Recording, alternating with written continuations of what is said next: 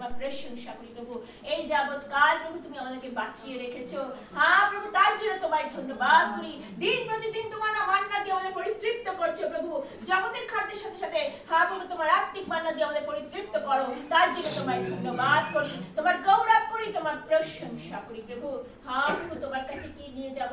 এই অন্তঃকরণ যেন আমাদের শুদ্ধিকরণ হয়। হ্যাঁ প্রভু, জগতে কি পেলাম কি না পেলাম সেই নিয়ে যেন আমরা মাতামাতি না করি, কিন্তু প্রভু তোমাকে নিয়ে তোমার মধ্যে গমন করে তোমাকে সন্তুষ্ট করে জীবন পথে চলতে পারি প্রভু, এবং সেই স্বর্গধামে পৌঁছতে পারি প্রভু। তুমি দয়া করো, তুমি অনুগ্রহটি দান করো প্রভু। প্রার্থনা করি প্রভু এই সময় হ্যাঁ প্রভু, মিঠুনকে অনেক আশীর্বাদ করেছো, জানি প্রভু তাকে তুমি অনেক দয়া করেছো, তার জন্য তোমায় ধন্যবাদ করি, তোমার গৌরব করি, তোমার প্রশংসা করি প্রভু। হ্যাঁ প্রভু, স্যান্ডাকে তুমি অনেক দয়া করেছো প্রভু। হ্যাঁ প্রভু, অনেক প্রভু পরিশ্রম করতে পারে প্রভু, ওকে তুমি আরো শক্তি দিও প্রভু, উত্তরোত্তর বল দিও। হ্যাঁ প্রভু, সংসারে কার্য করি যেন তোমার কার্য সে করতে পারে প্রভু। প্রার্থনা করি প্রভু এই সময় প্রভু, 3টি সন্তান দিয়েছেন, সুন্দরভাবে মানুষ করতে তুমি তাদের সাহায্য করে প্রভু। প্রার্থনা করি প্রভু এখন বাক্য প্রভু। হ্যাঁ প্রভু, আমার কোনো ক্ষমতা নেই, আমার কোনো উত্তমতা নেই, কোনো যোগ্যতাও নেই প্রভু, আমি প্রভু শূন্য, কিন্তু প্রভু তুমি দিলে তবে আমি পাই প্রভু। তুমি আমার জিহ্বাকে স্পর্শ করো প্রভু। হ্যাঁ প্রভু, তুমি আত্মাকে প্রভু কথা বলিও প্রভু। হ্যাঁ প্রভু, সকলের অন্তঃকরণকে তুমি সুস্থির করো, সে কর্ণ ঢুকি যেন মন্তরে প্রবেশ করাতে পারে প্রভু। যিশু তোমারই নামে চাই, আমেন। কে আছেন পড়বে? উজ্জ্বলা বলি, তুমি একটা, আমরা একটা। গীতা 139। হে সদাপ্রভু, তুমি আমাকে অনুসন্ধান করিয়াছ, আমাকে জ্ঞাত হইয়াছ। তুমি আমার আমার উত্থান জানিতেছ, তুমি দূর হইতে আমার সংকল্প বুঝিতেছ। তুমি আমার পথ ও আমার স্বয়ং তদন্ত করিতেছ, আমার সমস্ত পথ ভালো রূপে জানো। যখন আমার জিহ্বাতে কথাও নাই, দেখো সদাপ্রভু আমি সমস্তই জানিয়েছি। তুমি আমার অগ্রপশ্চাৎ ঘেরিয়াছ, আমার উপরে তোমার করতল রাখিয়াছ। জ্ঞান আমার নিকটে অতি আশ্চর্য, তার উৎস তোমার বোধের অগম্য। আমি তোমার আত্মা হইতে কোথায় যাইব, তোমার সাক্ষাৎ হইতে কোথায় পলাইব। যদি স্বর্গে গিয়া উঠি সেখানে তুমি, যদি পাতালে শয্যা পাতি দেখো সেখানে তুমি। যদি অরুণের পক্ষ অবলম্বন করি, যদি সমুদ্রের পরপ্রান্তে বাস করি। তোমার হস্ত আমাকে চালাইবে, তোমার দক্ষিণ হস্ত আমাকে ধরিবে। যদি বলি আধার আমাকে ঢাকিয়া ফেলিবে, আমার চারিদিকে আলোক রাত্রি হইবে। বাস্তবিক অন্ধকারও তোমা হইতে গুপ্ত রাখে না, বরং রাত্রি দিনের ন্যায় আলো দেয়। আমেন। ও আলো উভয় সমান। বস্তুত তুমি আমার মর্ম রচনা করিয়াছ, তুমি মাতৃগর্ভে আমাকে বুনিয়াছিলে।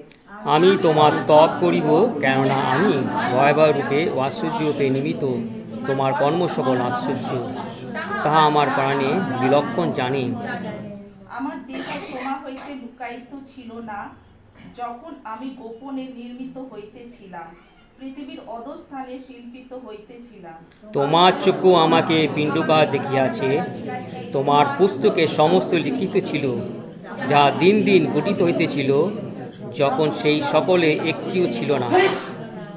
হে ঈশ্বর, আমার পক্ষে তোমার সংকল্প সকল কেমন মূল্যবান, তাহার সমষ্টি কেমন অধিক। গণনা করিলে তা বালুকার অপেক্ষায় বহু সংখ্যক হয়। আমি যখন জাগিয়া উঠি তখনও তোমার নিকটে থাকি। হে ঈশ্বর, তুমি নিশ্চয়ই দুষ্টকে বধ করিবে। হে রক্তপাতীরা, আমার নিকট হইতে দূর হও। তাহারা দুষ্টভাবে তোমার নাম উচ্চারণ করে, তোমার শত্রুগণ তার অনর্থক লয়। হে সদাপ্রভু, যাহারা আমাকে দেশ করে, আমি কি তাহাদিগকে দেশ করি না? যাহারা তোমার বিরুদ্ধে ওঠে, তাহাদের প্রতি কি বিরক্ত হই না? আমি যার পর নাই চেয়েছে তাহাদিগকে দেশ করি, তাহাদিকে আমারই শত্রু মনে করি। হে ঈশ্বর, আমাকে অনুসন্ধান করো, আমার অন্তঃকরণ জ্ঞাত হও, আমার পরীক্ষা করো, আমার চিন্তা সকল জ্ঞাত হও। আর দেখো আমাদের দুষ্টতার পথ পাওয়া যায় কি না, এবং সনাতন পথে আমাকে গমন করাও। আমেন। কত সুন্দর বাক্য না? অবশ্য প্রত্যেকটা লাইন এখন বলার সম্ভব নয়, আমি কিছু কিছু লাইন ইম্পর্টেন্ট যেগুলো আমার সেগুলো বলবো। এই দাউদ কত সুন্দর কথা বলছে না, প্রধান বাদ্যকের জন্য দাউদের সঙ্গী। দাউদ যা যা কথা বলতো, ঈশ্বরকে যা যা মানে সে বলতো, সেগুলো গান করে করে, আমেন, রচনা করে করে, তার বীণার মধ্য দিয়ে, তার বাদ্যযন্ত্রের মধ্য দিয়ে কাকে প্রকাশ করতো? ঈশ্বর। ঠিক এইভাবে আজকে যখন আমরা প্রার্থনা করি, সবসময় মনে রাখবে প্রার্থনা এমন একটা জিনিস, যখন আমরা প্রার্থনা করব, যখন বাক্যটাকে আমরা পড়বো ভালো করে, আর বাক্য তুলে তুলে যখন আমরা প্রার্থনা করি, ঈশ্বর সেই প্রার্থনা কিন্তু খুব তাড়াতাড়ি গ্রাহ্য করে। আমেন। ভালো করে বোঝো, আত্মিক, এটা সকলের জন্য সম্ভব নয়। যখন আত্মিক লেভেলটা অনেকটা হাই হয়, আত্মিক লেভেল বোঝো তো, আত্মার দিক থেকে যাদের লেভেল হাই হয়েছে, তারাই একমাত্র সেই বাক্য তুলে তুলে যখন প্রার্থনা মনে রাখে, ঈশ্বরের বাক্য কোনটা পড়েছি, ওই বাক্য তুলে যখন প্রার্থনা, দাউদ কি করতো? ঈশ্বরকে সেইভাবে কি করতো? জ্ঞাত করতো। আর যখন জ্ঞাত করতো, ঈশ্বর কখনো নারাজ হতেন না, তিনি প্রার্থনা শুনতেন এবং ধনাদান উত্তর দিতেন। আমেন। হালেলুয়া।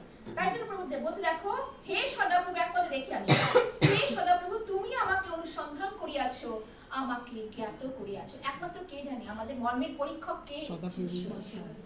আমি তোমার মধ্যে কি আছে, তোমার মধ্যে কি আছে, কারোর মধ্যে কি আছে আমরা কিন্তু কেউ জানি না, কিন্তু আমার মধ্যে কি আছে কেউ জানবে না। কিন্তু একমাত্র কি চলছে কি না চলছে, একমাত্র ঈশ্বর হচ্ছে অনুসন্ধানকারী। আমেন। তিনি আমাদের সকলের মর্মের কথা তিনি জানেন। আমাদের কি কি মনে কি কি কথা চলছে, কি কি প্রার্থনা আছে, কি কি তার মধ্যে কাকুতি আছে, সবকিছু আমাদের প্রভু ঈশ্বর জানেন। তাই প্রভু বলছেন, তুমি আমার উপবেশন, আমার উত্থান জানিতেছ, তুমি দূর হইতে আমার সংকল্প বুঝিতেছ। আমরা অনেক সময় আমাদের শত্রুদের বলো, আমাদের মিত্রদের বলো, সংকল্প কিছু বুঝতে পারি না, তার পরিকল্পনা কি চলছে, আমার বিরুদ্ধে কি চলছে কি না চলছে, কিছু বুঝতে পারি না। কিন্তু প্রভু হচ্ছে আমাদের যিনি সৃষ্টি করেছেন, আমেন, কি বলছে দেখো, তুমি আমার উপবেশন, আমেন, আর আমার উত্থান, তাহলে আমাকে উত্থান করেছো, আমাকে তৈরি করেছো, কিন্তু একমাত্র তুমিই জানো, আমেন। কি বলছে? যে তুমি দূর হইতে আমাকে সংকল্প করেছো, তুমি দূর হইতে তুমি সংকল্প সকল আমাদের জানো, আমেন। তাই বলছে, তুমি আমার পথ, আমার শয়ন তদন্ত করিয়াছো, আর কেউ জানবে আমি শয়নে স্বপনে আমি কি কি পরিকল্পনা করি? একমাত্র ঈশ্বর ছাড়া আমার বন্ধু বান্ধব, আমার পিতা মাতাও পর্যন্ত জানবে না, আমার স্বামী পর্যন্ত জানবে না, আমার সন্তানেরা জানবে না, কিন্তু আমার প্রভু জানে। আমেন। হালেলুয়া। আমার প্রভু জানে। তাই বলছে, দেখো আমার শয়ন শুভ কি অশুভ তিনি সেটাও তদন্ত করেন। আমি শয়নে স্বপনে কোন নোংরা যদি চিন্তা করে থাকি বা কোন শুভ চিন্তা করে থাকি, সেই চিন্তাও তিনি, সেই সব কিছু তিনি জানেন।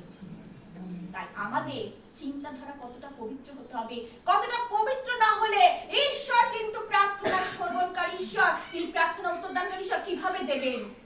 আমাদের শয়নে স্বপনে আমাদের সমস্ত কিছু দেয়, বলছে না আকারে প্রকারে প্রভুর মতো হতে হবে।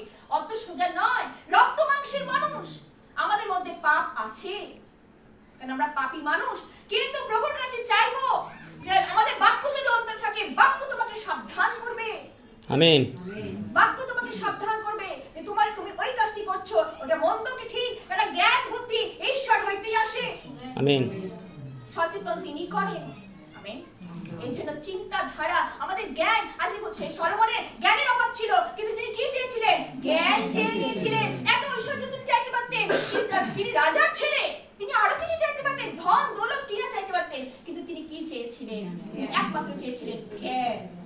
কারণ ঈশ্বরের কাছে জ্ঞান যদি থাকে, এই ঐশ্বরিক যদি জ্ঞান থাকে, তাহলে সেই জ্ঞান দ্বারা আমরা অনেক কিছু জয় করতে পারি, আমেন। Praise the Lord. তাই প্রভু বাক্যে বলছে, দেখো আমার সমস্ত পথ ভালো রূপে তুমি জানো, আমার সমস্ত পথ, আমি যে পথে চলছি, ঠিক পথ কি ভুল পথ, সমস্ত পথই তুমি জ্ঞান করছো।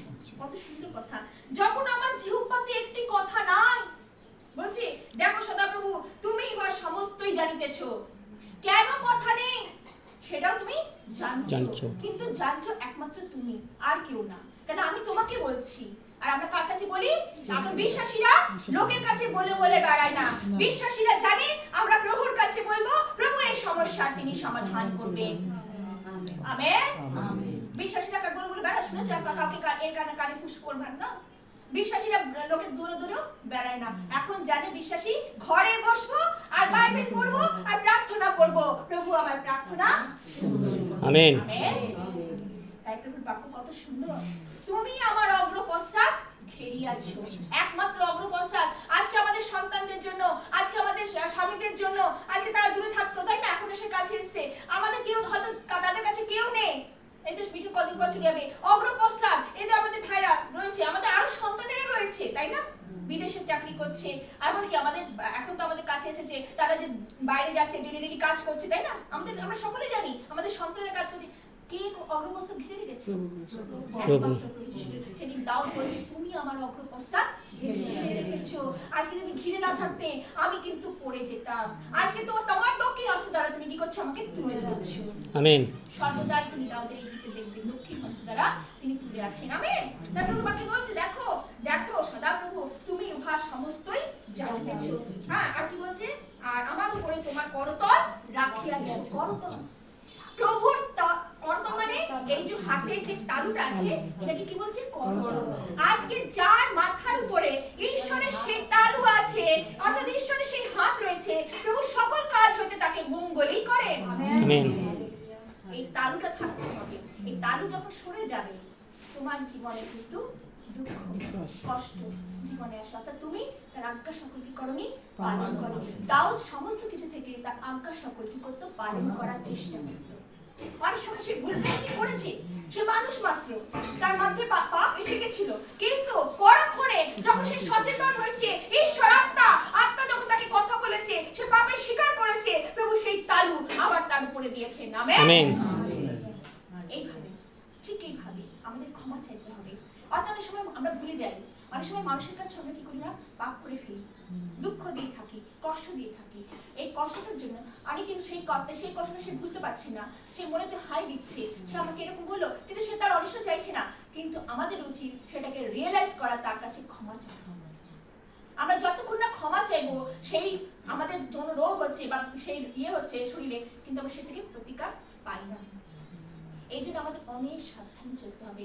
ঈশ্বরের করতল যখন থাকবে, ঈশ্বরের করতল যেন সব সময় বজায় থাকে, তার জন্য আমাদের পুঙ্খানুপুঙ্খভাবে চলাটা, তাও কি করতো, এইভাবে সন্তুষ্ট করে চলার চেষ্টা। ঈশ্বরকে সন্তুষ্ট করো, মনুষ্যকে নয়, কিন্তু সন্তুষ্ট করতে হবে প্রভুকে।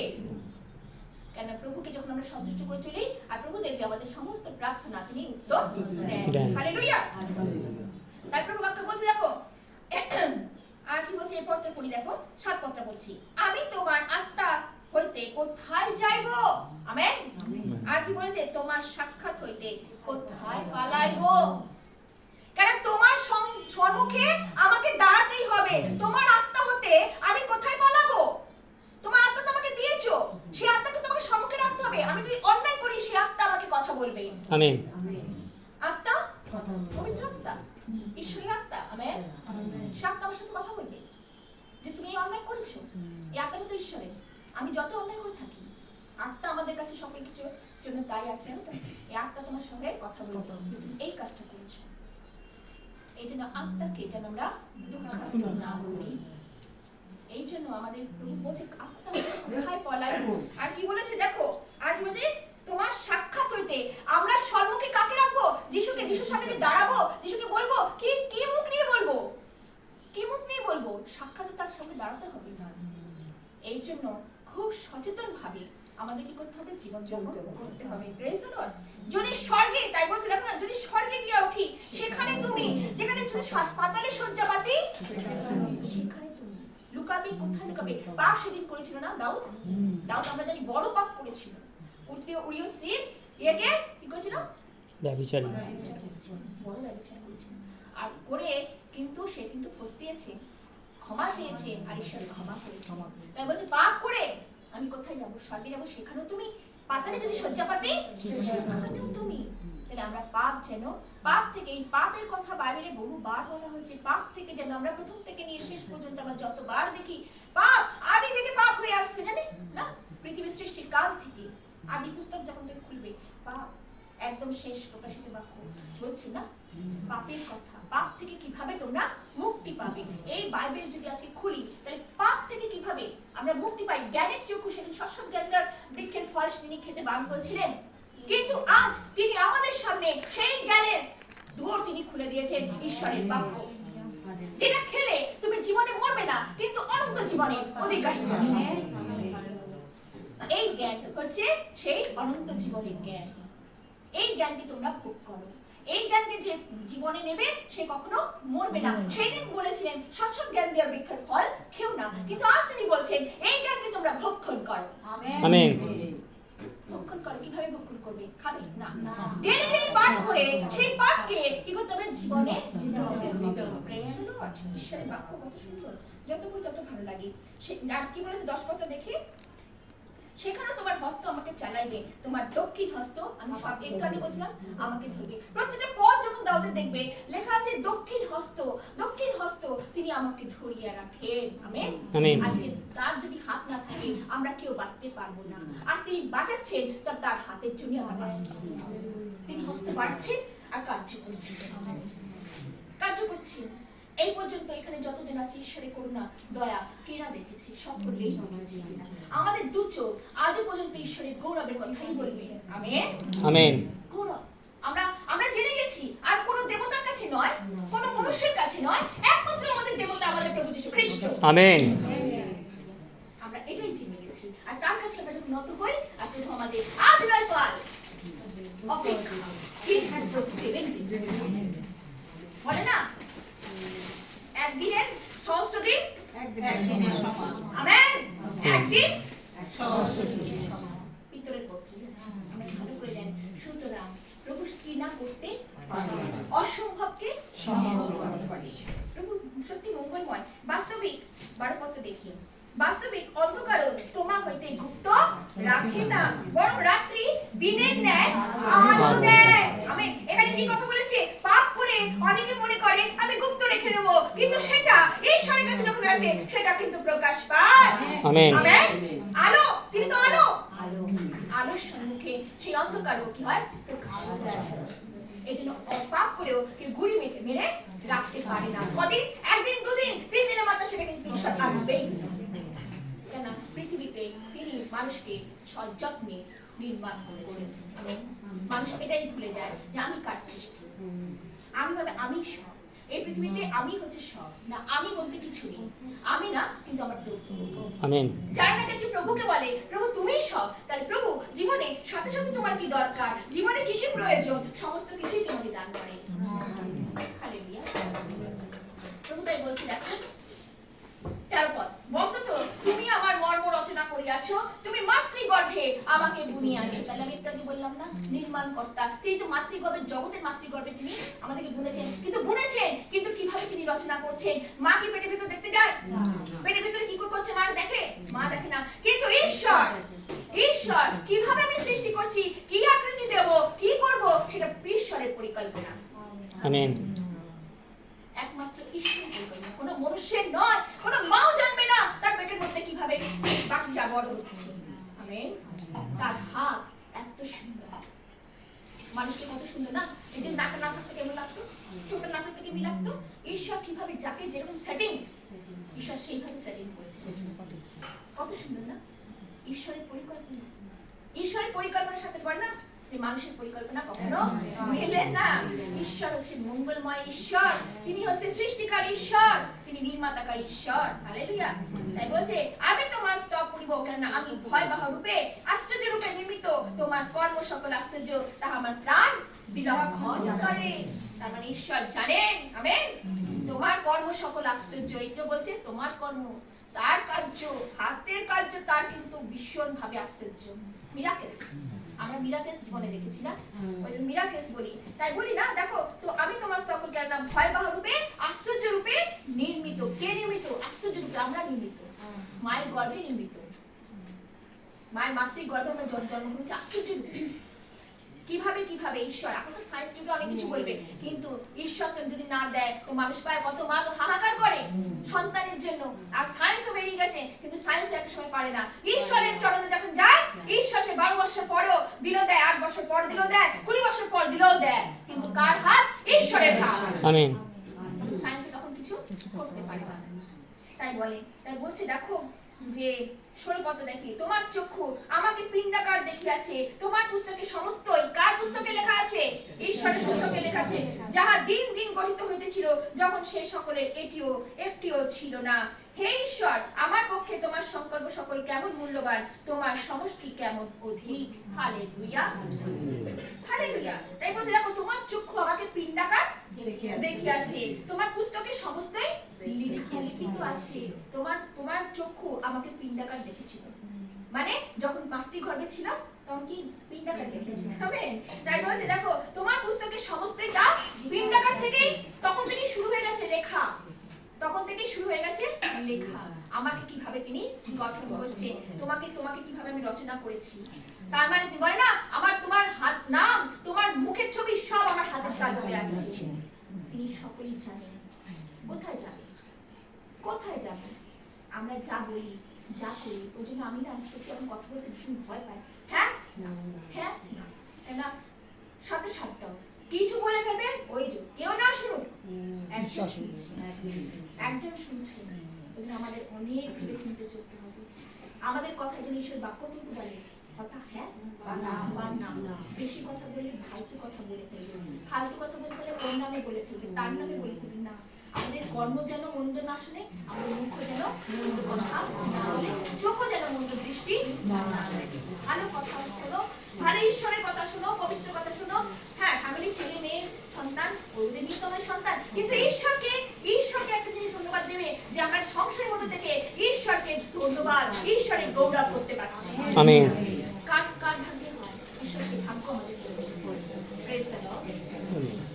তুমি বাক্য বলতে দেখো, 20 পদ দেখো, তাহারা দুষ্টভাবে তোমার নাম উচ্চারণ করে, তা তোমার শত্রুগণ তাহা অনর্থক নয়। হে সদাপ্রভু, যাহারা আমাকে দেশ করে, আমি কি তাহাদের দেশ করি না? এগুলো স্বীকার করছে, কে স্বীকার করছে? তাও স্বীকার করছে, আমি তাদের দেশ করি না, আমি তাদের দেশ করি, তাদের সঙ্গে রাগ করি। যারা আমার সাথে রাগ করে, তারা কি আমি ভালোবাসি না? সে তো রক্ত মাংসের মানুষ, দাও তো রক্ত মাংসের মানুষ, সে বলছে আমি তো তাকে দেশ করি, আমি তো তাকে ঘৃণা করি। তাই তো? তাই বলছে দেখো, যাহারা তোমার বিরুদ্ধে ওঠে, তাদের প্রতি কি বিরক্ত হই না? হই কেন? সে রক্ত মাংসের মানুষ। কিন্তু তারপর কি বলছে দেখো, আমি যার পর নাই দেশে, তাহাদিওকে দেশ করি, তাহাদিওকে আমারই শত্রু মনে করি। কেন?